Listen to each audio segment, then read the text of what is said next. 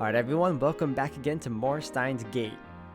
For what it's worth, Ferris's wish finally came true, or whatever she put in that D-mail actually affected whatever she wanted to happen to change the past.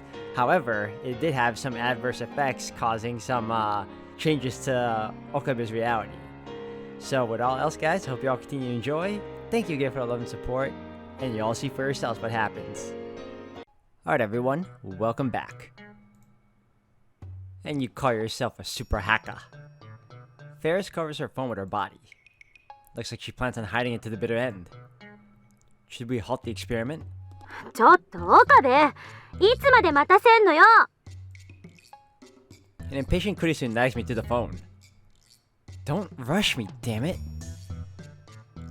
オカリ、ね、きっとプライベートな内容だから詮索するのは良くないと思うんだ。 No, we kinda have to because this is important and it involves time travel. Any little thing could affect our present, like what Okabe's been doing lately. What? Even Mayuri's on Ferris' side? She was like this with Moeka too. This is bad. I thought I had Ferris in the palm of my hand. Was I dancing to her tune all along? 岡部、返事しないなら切るぞ。待て。わかった。電話レンジカッコ仮を起動だ。Are you sure about this now? It's pretty risky. Damn it! I submit to the cat girl.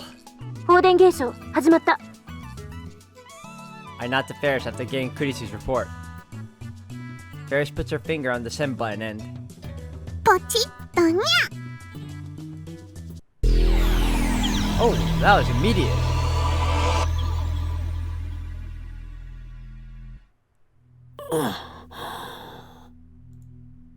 As the dizziness fades, I exhale slowly and open my eyes.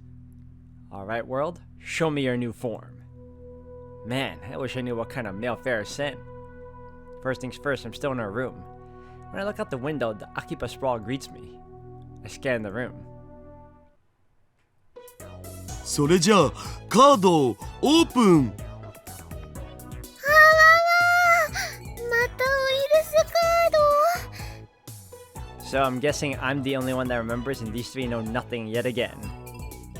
まだまだ爪が甘いにゃ。リンクカードは3枚取られたでしょ。ウイルスカードは3枚取っちゃったでしょ。マユシーはね、絶体絶命なのです。 What are they doing? The three of them were sitting around the table playing some kind of game. まだターミナルカードがあるじゃん。次のターンで一発逆転狙えるってマジで。にゃふふ、今さら逆転は無理無理にゃ。ここでフェイリスはターミナルカードのウイルスチェッカーを使っちゃうのにゃ。さあ、マユシーの残りのウイルスカードはどっちかにゃ。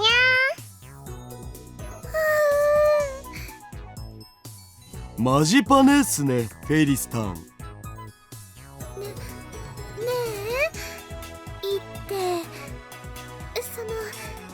できれば2手3手くらい待ってほしいにゃ。ダメかにゃ。にゃ、フェイリスの真似してもダメにゃ。そん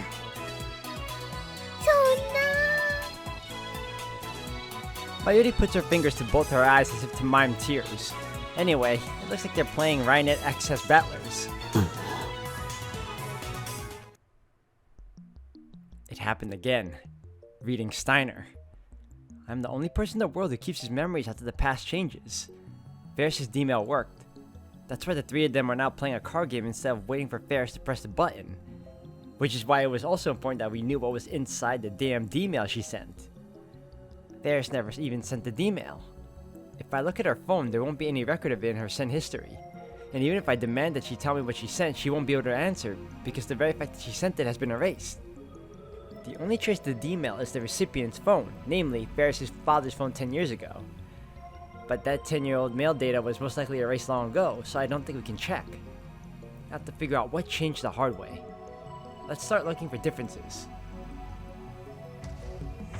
ハーフ、やっぱりフェリスちゃんは強いね。最初はマユシーもいい感じだったにゃ。素質はあるにゃ。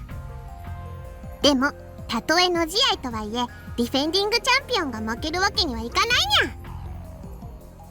それに今度の大会では絶対に優勝するってパパとも約束したのにゃ。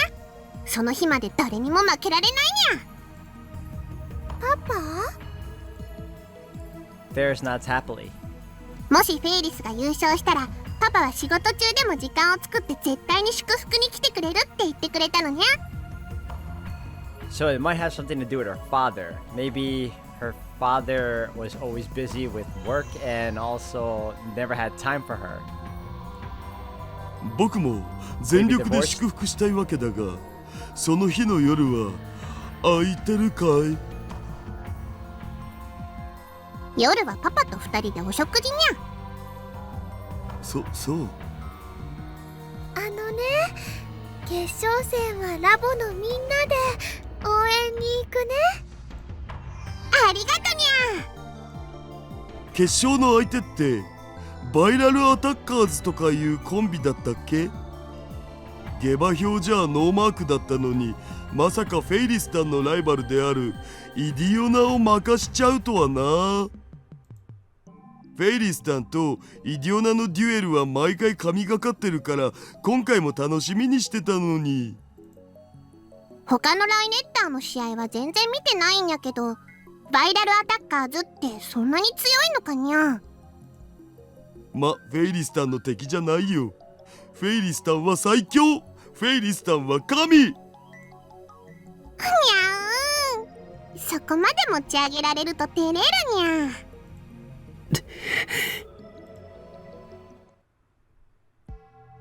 As I listen to their conversation, I feel a strange churning in my gut. Something's not right here. A voice whispers from deep within, deeper than reason. I played the conversation back in my head and soon realized the source of my discomfort. The Ferris I knew had never been to an official Rhinet tournament, and yet now she's about to compete in the tournament finals, which means she's been going to the tournaments for a while. Is this the change that Ferris wanted to make? Oh, okay, it's something like that.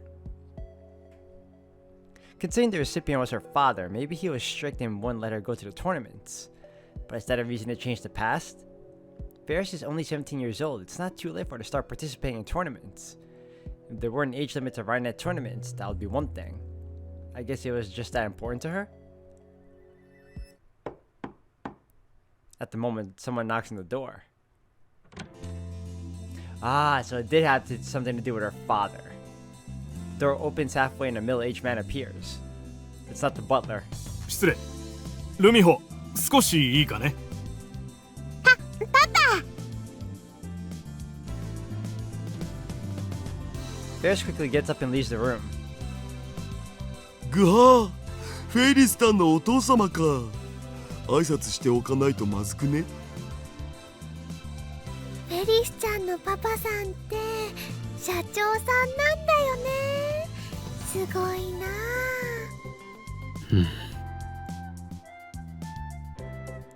Ferris soon returns. Then she turns to us and puts her hands together in a gesture of apology. ごめんにゃ。フェイリスはパパと出かけなくちゃいけなくなっちゃったにゃ。それじゃあマユシーたちはこれでバイバイさせてもらうね。フェイリスタン、僕とのお手合わせは？手取り足取りライネットの何たるかを抗議してくれるっていう約束は？誰もそんな約束してないと思うにゃ。そうですとも。言ってみただけだからな。ダルくん、フェリスちゃんを困らせたらダメなんだよ。ほら、オカリンも帰ろう。あそういえば今日はやけに静かだったにゃ。どうかしたのにゃ？あ、いや、空き場を高みから見下ろし越に入っていただけだ。さすがオカリン、意味不明なり。 Ferris, her dad, and their butler see us off. Her dad tells us to come visit again. Ferris's dad seems like a cool guy. He's not pompous like you expect rich people to be. The sun is setting, but there's still a crowd in front of Akiba Station. More foreigners than usual. People come from all over the world to buy electronics and otaku goods in Akiba, but it looks like the satellite's attracting some as well. Man, it's hot. Less than a minute outside and I'm already drenched in sweat. Ferris' air-conditioned apartment was a little slice of heaven. I love air conditioning in the lab, but we don't have that kind of money. Anyway, how about some food? I turn around to ask Daru and Mayushi what they think. Mayuri's not there. マユリはどこへ行った？あれ、そういえば消えてる。 Did Stardust Handshake activate again? I scanned the area. There she is, walking casually towards the station. She's already about 50 meters away. I chase after her. マユリ、どこへ行く？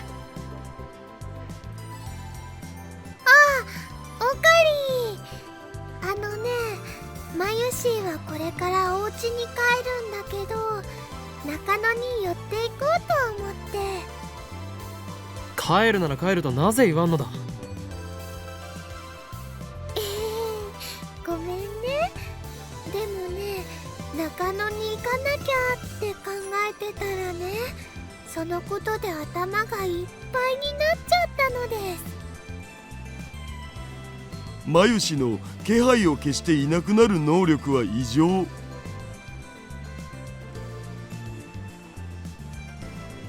Mayuri does this a lot. She just wanders off without saying anything. And just like Daru said, you never notice she's gone. So when you turn around to look for her, it's like she's vanished into thin air. Stardust Handshake and Sneaking Fade, why did their powers to be so annoying? そもそも中野に何の用があるのだ？昨日アイソードの同人誌が出たんだ。エロ？でもね、絵師さんは甲賀ゆいさんなんだよ。マユシーは久々に本気出さなきゃって思って。へえ、甲賀ゆいか。去年のガンバムのキャラデザっしょ？そうだよ。僕の分も買っといて。わかったわ。おいおい、お前たち何を言っているんだ？同人誌ならば虎の穴が目の前にあるではないか。Daru and Mayuri stare at me blankly. 目の前ってどこ？いや、目の前は目の前だ。あそこに。I follow my pointing finger. Tora no Ana isn't there. あれ？ I rub my eyes and blink several times. It doesn't help. Maybe I'm looking in the wrong place. I check up and down the street, but no, it's nowhere to be found. And what's more, I can't find Animate either. It's supposed to be right next to Tora no Ana. Instead, I see electronic stores, Daiichi Kanden and T21 Minami. Never seen them before in my life. Wait, I remember Mr. Braun saying that Akiba used to have a lot more electronic shops. Many of them closed. I think Daiichi Kanden and T21 Minami were among them.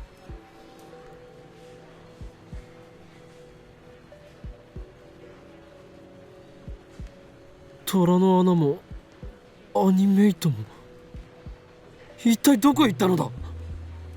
So apparently, freaking this girl's D-mail had some adverse effects after all. それはひょっとしてギャグで言っているのか？は？秋葉には虎の穴もアニメイトもないよ。だからマユシーは中野まで同人誌を買いに行くのです。ないってどういうことだ。昨日までは普通にあったよな。 What about earlier today? I was really paying attention on the way to Ferris's apartment, but I'm pretty sure they were still there. だからないって。そもそもそういう萌えショップが秋葉にあるわけないじゃん。萌えの聖地といえば中野だろ、上皇。秋葉の方が萌えの聖地としては世界規模で有名ではないか。ついに暑さでおかしくなったか、オカリン。秋葉は電気街。萌えショップができようもんならマニアどもが暴動を起こすレベルだお。I mean, I think he should be careful from now on, because if this is what's happening now, imagine what would happen to his friends. He might lose them. And it probably will happen down the line in this story too. This feeling again. Dissonance. My memories don't match reality. The past has changed. Part of me knows what has happened. But I still can't help but ask. マンダラケは？ないよ。秋葉王？それは普通にあるっしょ。同人誌を売ってる秋葉王国のことだ。なんぞそれ。秋葉王で同人誌が売ってるの？それはないわ。いくらなんでも無理があるわ。ゲーマーズは？ラムタラは？ They shake their heads. メロンブックスは？アソビットシティは？ They look confused. So basically, I swallow hard. I finally understand. It's hard to believe, but I must face the truth. この街の混沌が薄らいでいる。 Every last store that sold anime, eroge, or more moe goods has disappeared from Akiba. In a final desperate attempt to deny reality, I run to Mei Queen Yan Square, the Mei Cafe where Mayuri and Ferris work, and which Dado and I frequent. But upon arriving at the storefront, I am forced to my knees in abject defeat. ない。 It's all gone. It's not just the Moe stores, even the Mei cafes have disappeared. マユリ、お前メイクインで働いていたよな。メイクインって何かな？じゃがいも？メイクインニャンニャンだ。 I asked Daru too, but no reaction. マヨシーがバイトしてるのはルモアンヌだよ。ルモアンヌ？それはメイド喫茶か？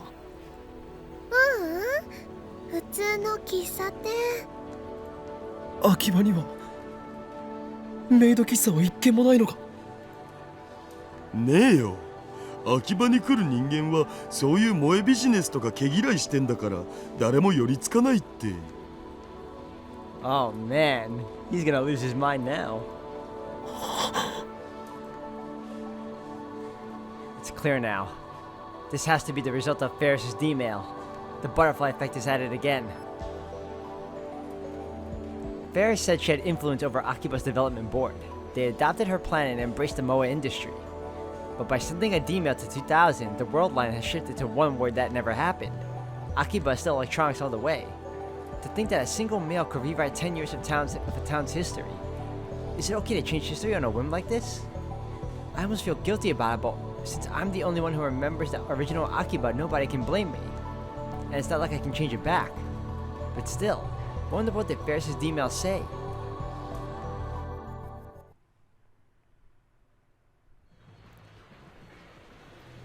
Whatever it was in order to maintain her connection with her father.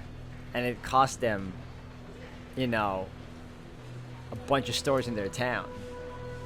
The next morning, I go for a stroll through the streets of Akiba. What I discover is that although the chaotic energy familiar to me has receded, Akiba is still Akiba at its core. The few electronic stores that I used to frequent are still here. In fact, they've multiplied. You can still hear their loud theme songs and the cries of salesmen all the way from the sidewalk.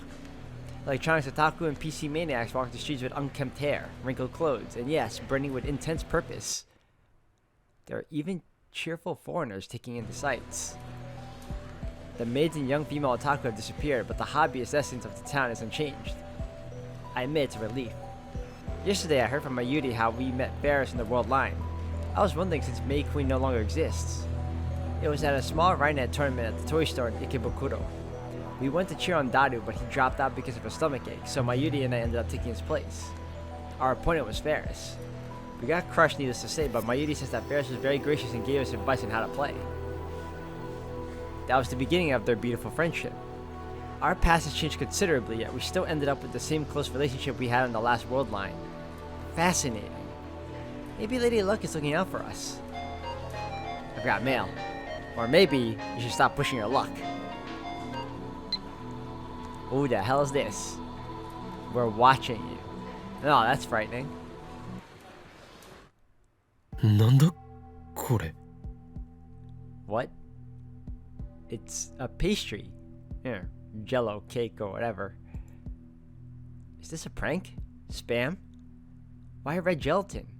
Who's watching me? What's going on here? I spin around searching the crowd. A few passersby look at me strangely. I don't care. Something is wrong. Goosebumps break out over my body. 機関かそれともセル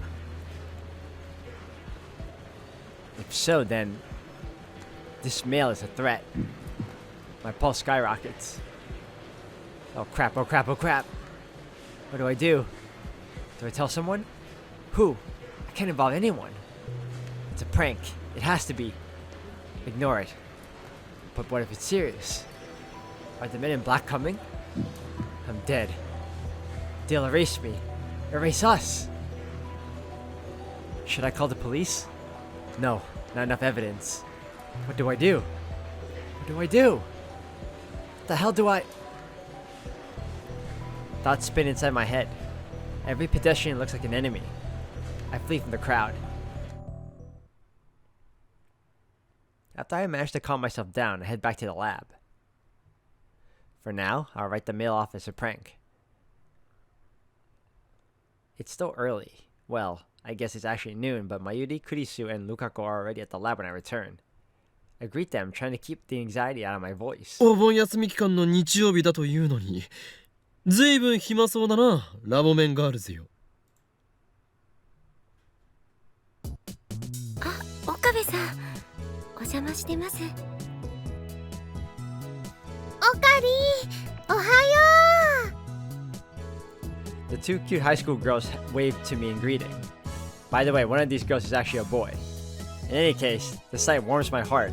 Or would, if not for a certain assistant who just gives me a bored look before going back to reading. 何をしているのだ Mayuri and Lukako are sitting next to each other on the sofa, reading a book together. It looks like a cosplay photo album. 昨日ね中野に同人誌を買いに行くって言ったでしょその時にねとっても可愛いレイヤーさんの同人写真集を見つけたんだだからねつい衝動買いしちゃったの I imagine in one of these instances, it may or may not happen, but they will change the timeline again, and for once, what's his name? Lukako here will be a girl, and they're all gonna be shocked. ほら見てルカちゃんこれブラチューのセドナコスだよ作り込みすっごいなすごく可愛いよねわあほんとだ I see. She's showing it to Lukako as part of his re-education. To think that he was so reluctant to get involved in cosplay, looks like Mayuri's persistence has paid off. Actually, judging by his obvious interest in the photo album, maybe he was always interested in cosplay, just too shy to cosplay himself. ねえねえクリスちゃんも見てみてよ感動しちゃうんだから別にいいわ。 Looks like Kurisu's not interested in the photo album. She just gives a cold Instead, she's reading a difficult-looking English book. Damn it, this is no time to be showing off your intelligence. You're gonna make Mayuri cry if you talk to her like that. Or so I thought, but Mayuri doesn't seem to mind, so I stay out of it. あ次のページからは水着だすごい露出度高いなスタイルもすごくいいしグラビアアイドルみたい。憧れるな。憧れてるの？水着に？僕こんなにスタイル良くないから。でもねルカちゃんはきっと大きなお友達からははぁ言われちゃうよ。 Hey now, Mayuri, what are you saying? It's like you're referring to Dadu with that remark. あのね、貧乳は正義なの。だからね、胸なんてなくても自信持っていいんだよ。 Wait, what? Kurisu starts choking on her coffee. I know how she feels. I almost did a spit take with my soda. Mayuri's breasts are huge for her height, so her advice lacks a certain element of persuasion. そうだ、コミマが終わったら一緒に海に遊びに行こうよ。せっかく夏なんだしね。マユシーもずっとコス作りしてて、夏休みはちっとも遊べてないもん。ねえねえ、オカリン、クリスちゃん、どうかな？ラボメンのみんなで海。 As usual, it's not an anime story without a beach vacation.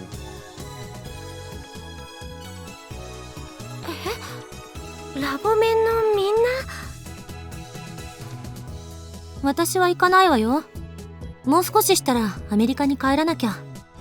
荷造りもまだしてないから、そんな余裕はない。確かにラボでのんびりと読書をしているほどだからな。よほど余裕がないと見える。Kurisu snaps her book shut and glares at me. だったらはっきり言わせてもらう。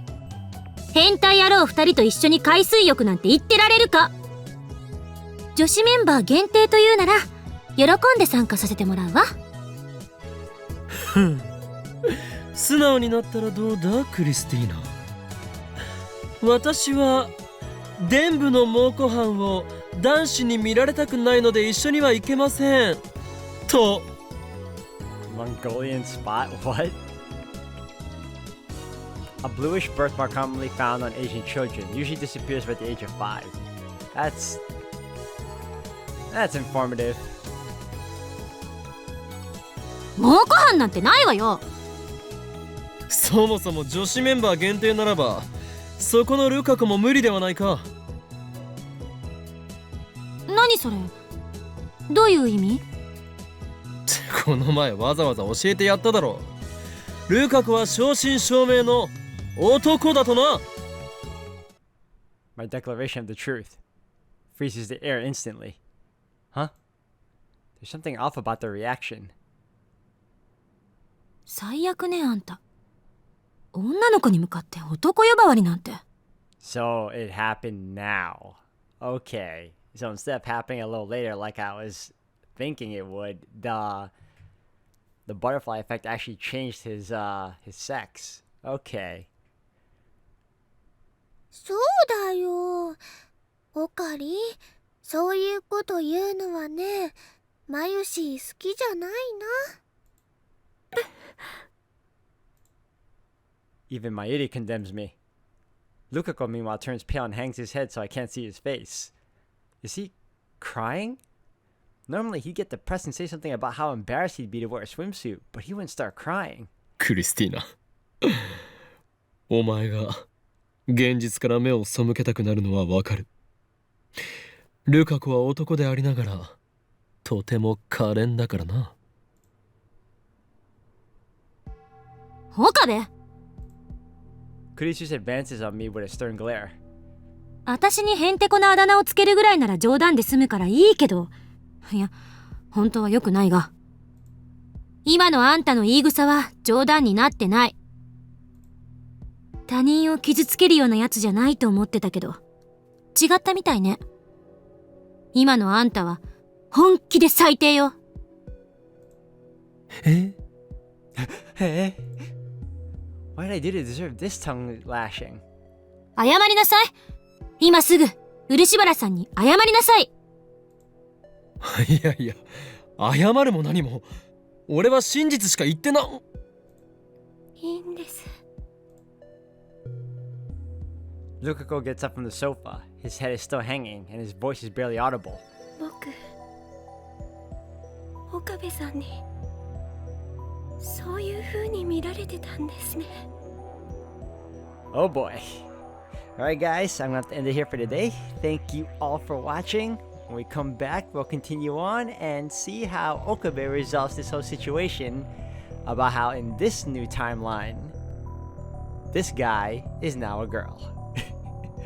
Alright guys, I'll see you all in the next one. Thank you all for watching.